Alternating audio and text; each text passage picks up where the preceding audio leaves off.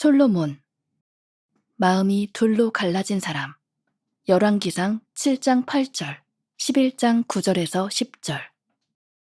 솔로몬이 거처할 왕궁은 그 주랑 뒤 다른 뜰에 있으니 그 양식이 동일하며 솔로몬이 또 그가 장가든 바로의 딸을 위하여 집을 지었는데 이 주랑과 같더라.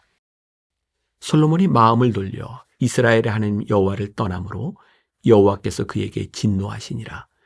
여호와께서 일찍이 2번이나 그에게 나타나시고 이 일에 대하여 명령하사 다른 신을 따르지 말라 하셨으나 그가 여호와의 명령을 지키지 않았으므로.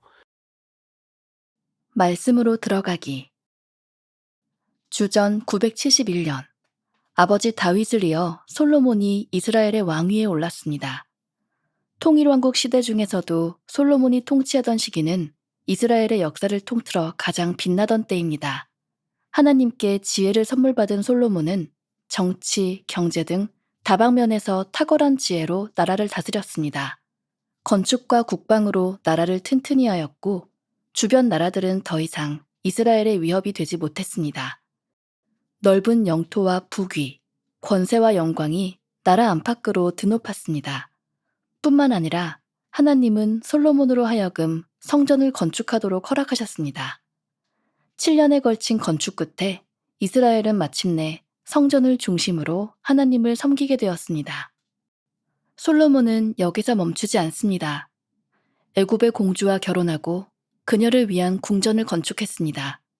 이 결혼은 애굽과 화치는 물론 권력 유지에 도움이 되었던 것 같습니다. 이후 솔로몬은 수많은 이방 여인들과 결혼하여 그들의 나라와 동맹을 맺고 그들이 섬기는 우상을 위해 예루살렘 앞산에 다양한 산당을 지어 하나님을 배반하게 됩니다. 받은 축복이 커지고 가진 것이 많아질수록 모든 것을 허락하신 하나님이 아닌 축복 그 자체에 집중하게 된 것입니다. 솔로몬은 가진 것을 지키기 위해 노력했습니다. 솔로몬이 죽은 후 이스라엘은 큰 후유증을 겪으며 남북 왕국으로 분열되고 맙니다. 하나님만 바라보던 솔로몬의 마음이 하나님과 세상을 향하여 둘로 갈라졌기 때문입니다. 성경은 이렇게 표현합니다. 솔로몬이 마음을 돌려 이스라엘의 하나님 여호와를 떠남으로. 하나님과 세상 모두를 의지하려는 것은 결국 하나님을 버린 것과 같습니다. 영원하신 하나님을 떠나 유한한 인간의 방법에 자신을 의탁한 솔로몬은 둘로 갈라진 자신의 마음과 같이 왕국을 둘로 가르게 됩니다. 우리 삶으로 들어가기. 우리가 세상의 일을 잘 해내어 이름이 드높아지는 것은 문제가 되지 않습니다. 솔로몬의 영광처럼 말입니다. 하나님께서 우리를 축복하여 높이실 수 있기 때문입니다. 우리가 여호와를 경외하며 그 이름을 기억하기를 쉬지 않을 때가 우리 인생의 황금기입니다. 그런데 우리는 때로 주객이 전도되는 생각을 하고 행동을 하곤 합니다. 하나님께서 허락하신 일이라고 생각하고 시작했지만 어느새 물질이, 결과가 더 먼저가 되어버릴 때가 있습니다. 아주 사소한 것부터 타협하다 보니 예배를 향한 마음이 차갑게 식어가기도 합니다. 하나님께서 경고하시는 것이 느껴지는데도 멈추기 싫어 하나님과 씨름할 때도 있습니다. 하나님, 지금 이 일이 얼마나 중요한지 아시잖아요. 이번 한 번만 하나님이 양보하세요. 하나님, 이번 일만 잘 풀리면 열심히 봉사하겠습니다. 하나님, 이게 다 돈 많이 벌어서 헌금하고 좋은 일에 쓰려고 하는 거잖아요. 오늘 당신에게 경고하시는 하나님의 사랑을 깨닫기 바랍니다. 하나님은 솔로몬에게 경고하셨으나 솔로몬은 마음을 돌이키기를 거부했고 결국 자녀들에 의해 왕국이 갈라지고 말았습니다. 경고가 지나면 곤고한 날이 이르게 됩니다. 하나님께서 우리 삶의 주인임을 인정하고 축복을 주시는 이도 하나님임을 기억하며 중심을 잃지 말아야 합니다. 우리는 세상과 하나님을 겸하여 섬길 수 없습니다. 함께 나누기. 오늘의 말씀을 묵상하며 가장 마음에 와닿은 부분을 나눠보세요. 절대 이것만은 잃어버리고 싶지 않은 것이 있다면 무엇입니까? 하나님이 주신 축복이 하나님보다 더 중요해진 적이 있다면 나눠보세요. 오늘로 29주차를 맞이하고 있습니다. 오늘 묵상의 주인공은 솔로몬, 그리고 솔로몬이라고 하는 이름 옆에 마음이 둘로 갈라진 사람이라는 제목을 가지고 있습니다. 마음이 둘로 갈라졌다. 그 국어사전에서 마음이 반으로 갈라졌다는 반심이라는 말을 찾아보니까 A, B, C 세 개로 좀 나누어 볼 수 있을 것 같은데, 반심, 결심하지 못하고 할까 말까 망설이는 마음. 두 번째, 반심, 진정이 아닌 마음. 또 세 번째, 한자로 조금 다르죠. 반심, 배반하려고 하는 마음. 오늘 이 세 가지가 오늘 솔로몬을 너무나도 잘 설명해 주고 있는 것 같아요. 결심하지 못하고 망설이는 마음, 진정이 아닌 마음, 배반하려고 하는 마음. 자, 우리가 잘 아는 것처럼 솔로몬은 다윗을 이어서 왕이 되었습니다. 솔로몬의 시대에 다윗이 가졌던 힘을 영화로 만들었던 가장 번성한 시기를 지났던 사람이 바로 솔로몬 왕이죠. 주전 971년 솔로몬이 유대 왕국의 왕이 됩니다. 우리가 잘 아는 것처럼 하나님은 다윗이 그렇게 마음에 소원하고 있었던 성전 건축하는 것을 다윗에게 허락하지 않으셨어요.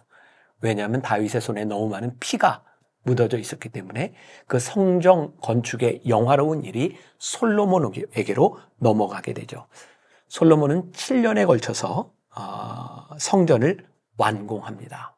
아마 그 성전을 지을 때 솔로몬이 얼마나 정성스럽게 이 솔로몬을 만들었는지에 대한 이야기가 역대기에 너무나 잘 나와 있죠.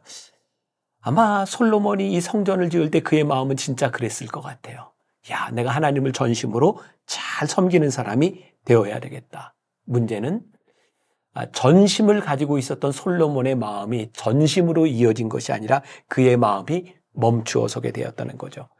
강력한 나라를 이루기 위하여 정략적인 결혼을 하게 되었고, 애굽의 공주와도 결혼을 하게 되었고, 그 공주를 위하여 궁전을 만들어 주게 되었고, 성전을 만든 것뿐만 아니라 여러 가지 이유로 다른 궁전들을 만들어 가게 됩니다. 그리고 하나님을 섬겼던 그 마음, 그 성전이 있음과 동시에 공주들을 위해 만들었던 그 왕궁에는 그들이 섬기는 우상들이 들어서게 되죠. 솔로몬은 참 훌륭한 왕이었으나 그의 전심이 갈라짐으로 인하여 하나님을 섬기는 마음과 우상을 섬기는 마음이 공존하게 됩니다. 솔로몬은 왜 이렇게 하나님을 배신하는 반심을 가진 사람이 되었을까?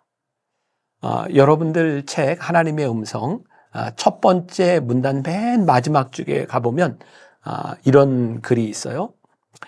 받은 축복이 커지고 가진 것이 많아질수록 모든 것을 허락하신 하나님이 아닌 축복 그 자체에 집중하게 된 것입니다. 솔로몬은 가진 것을 지키기 위해 노력했습니다. 참 흥미롭죠? 하나님이 축복하셔서 허락해 주신 것을 지키기 위하여 하나님의 뜻대로 살지 않는 거예요. 하나님이 허락하신 축복에 마음을 두기 시작하면서 이 축복을 지키기 위하여 우상을 숭배하고 정략적인 결혼을 하게 됩니다. 이게 솔로몬의 이야기일까요? 우리들 주변에 일어나고 있는 많은 일들을 한번 보세요. 야, 저 사람에게 하나님이 주신 축복이 저게 우상이 되었구나. 하나님이 주신 축복으로 인하여 마음이 갈라지고 있구나. 솔로몬은 오늘 우리들에게 굉장히 중요한 교훈을 우리들에게 주고 있다는 생각이 들어요. 솔로몬의 이런 마음이 갈라진 것으로 인하여 그 후유증을 그 자손 세대들이 겪어야 되죠. 결국 나라가 남과 북으로 갈라지게 됩니다. 굉장히 무섭다는 생각이 듭니다. 우리들의 마음이 갈라지면 이 갈라진 마음으로 인하여 우리의 자녀 세대들에까지 영향을 미칠 수 있구나. 어쩌면 여러분들 중에는 여러분들의 부모의 세대에 갈라진 마음으로 인하여 그 어려움을 겪고 있는 사람도 있을 것 같아요. 여러분들 책에도 나와 있지만 열왕기상 11장 9절에 이런 말씀이 있어요. 솔로몬이 마음을 돌려 이스라엘의 하나님 여호와를 떠남으로. 성경은 이제 이스라엘이 남과 북으로 갈라지고 이스라엘이 어려움을 당하게 된 그 이유 가운데 하나를 뭐라고 이야기하고 있어요? 솔로몬이 마음을 돌려 이스라엘의 하나님 여호와를 떠났으므로. 마음이 둘로 갈라진다고 하는 것, 하나님을 떠난다고 하는 것이 얼마나 무서운 일인지 알 수 없어요.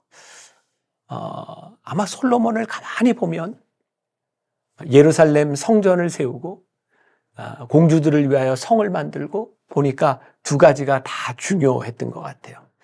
하나님도 의지하고 이 세상의 권력도 의지하고. 근데 성경은 우리들에게 이야기합니다. 하나님과 세상 모두를 의지하려고 하는 이 마음은 결국 하나님을 버린 것과 같다. 우리들이 종종 그런 이야기를 하죠. 우리는 하나님을 섬기면서 이것도 할 수 있어. 우리는 두 가지를 다 할 수 있을 것 같지만 하나님은 우리들에게 늘 이렇게 물으시는 것 같아요. 내 인생에 가장 중요한 것이 무엇이냐? 우리들의 삶에 중요한 것이 참 많습니다. 그러나 가장 중요한 것이 우리들에게 세워지면 그 다음 것들은 그렇게 문제가 되지 않습니다. 그래서 오늘 우리들이 물어야 될 질문 가운데 하나요. 우리들의 삶의 중심은 무엇인가? 자, 우리의 삶으로 들어가기 부분을 보겠습니다. 제가 그냥 이렇게 메모를 좀 했어요. 솔로몬에게 주어졌던 축복이 문제가 아니라 축복으로 인해 그의 인생의 우선순위가 바뀐 것이 문제다. 오늘 우리들의 삶의 우선순위가 무엇인지 우리는 분명히 이야기할 수 있는가? 때때로 주객이 전도되어서 하나님이 우리들에게 주신 축복이 하나님을 앞서고 있는 것은 아닌가? 아마 솔로몬은 그렇게 생각했을지 몰라요. 정략 결혼을 여러 왕국의 공주들과 하면서 이것 하나쯤은. 그런데 참 사소한 것 하나하나를 타협하기 시작하면서 그의 예배는 차가워지고 하나님을 향한 그의 마음은 사라져갔던 것은 아닌가. 제일 무서운 게 타협이라는 생각이 들어요. 요거 정도는 괜찮지 않을까라고 하는 것들, 거기에서부터 우리들이 허물어지는 것은 아닐까. 오늘 솔로몬을 통하여 우리들에게 주시는 무서운 경고의 말씀이기도 하다는 생각이 들어요. 너희들이 사소한 것에서부터 무너지기 시작하면 너희들이 완전히 무너질 수 있다는 거예요. 오늘 소그룹 모임에서 우리들이 나누어야 될 것. 한번 내가 이것만은 포기할 수 없어. 이것만은 내 인생의 가장 중요한 일이야.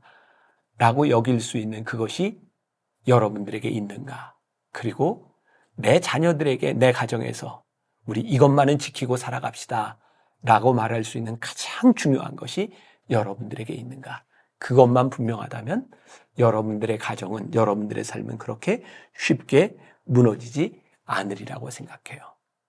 자, 마음이 둘로 갈라진다는 것, 그게 얼마나 무서운 일인지.